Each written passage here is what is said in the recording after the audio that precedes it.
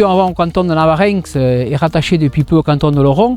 Et nous sommes au carrefour de la Soule et du Béarn, puisque l'hôpital Saint-Blaise et Barcus nous sont frontaliers. Et derrière moi coule le Josse qui arrive justement de la Soule, qui est né à Barcus et à Tardets, au pied de la Madeleine. Voilà, et c'est ce qui différencie de l'autre Préchac Navarenx, qui eux sont côté canton Navarenx. Depuis toujours, ça s'est appelé comme ça. Et nous, Jossbach, veut dire donc la vallée du Josse. Donc notre village, nous avons 300 âmes, un village de 850 hectares avec 250 hectares de forêt boisée communale et où l'agriculture a encore son mot à dire. Voilà, il y a très peu de gens au champ maintenant puisque ce sont les machines qui y vont. Malheureusement, il y a quelques troupeaux qui encore packagent chez nous.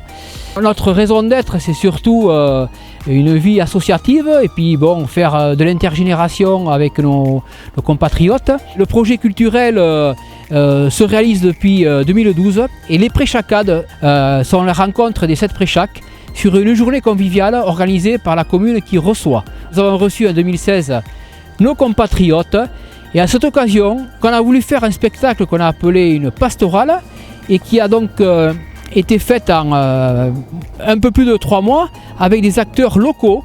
Et voilà le plus beau monument qu'on peut montrer à nos compatriotes et à tout le monde, au public, en disant que la valeur humaine, et puis c'est la plus grande des richesses de tous les villages. Et nous sommes très fiers de notre village et de nos gens, voilà, de nos compatriotes. L'histoire du village de Préchac-Josbé, elle est assez riche. Il faut savoir que le Béarn en lui-même a plus de 1000 ans d'histoire, ça il faut le savoir. Et Préchac ne fait absolument pas exception à la règle, puisque Préchac, comme tous les villages qui sont au sud de la Garonne et qui se finissent en Ac, ont été des villaets romains, d'accord. Préchac a d'ailleurs toujours sa terre de vigne. Donc les Romains se sont implantés ici pendant de nombreuses années. Il faut également savoir que Préchac-Josbé a été énormément marqué par les guerres de religion. Donc il y avait une présence protestante et également une présence catholique. Et malheureusement, la France, comme l'Espagne, voulait annexer le Béarn depuis la fin du Moyen-Âge. Et il n'avait jamais eu un prétexte pour envahir. Il a fallu attendre que Jeanne d'Albret se convertisse au protestantisme pour qu'il y ait un prétexte. Et c'est Catherine de Médicis, la reine-mère de France, qui a envoyé une armée lors de l'été 1569, donc on est vraiment fin Renaissance, pour tout simplement annexer le Béarn. Le Béarn a été donc envahi, 500 hommes ont tenu tête aux 4000 catholiques français. Il n'y avait pas que des Français, il y avait également des traîtres béarnais, des Basques, des Navarrais, etc., etc.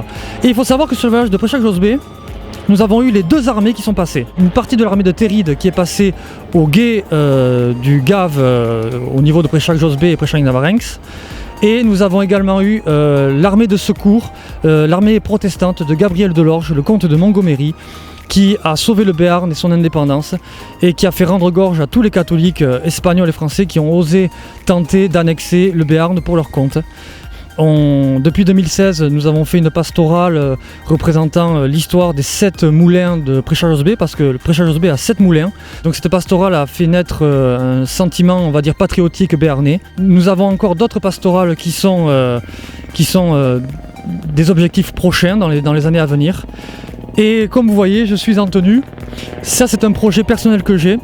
Nous allons être la première, je dis bien la première à Josbé et dans les environs, association de reconstitution historique officielle. Je suis d'ailleurs avec Valérie Pielac, un autre habitant de Préchac-Josbé.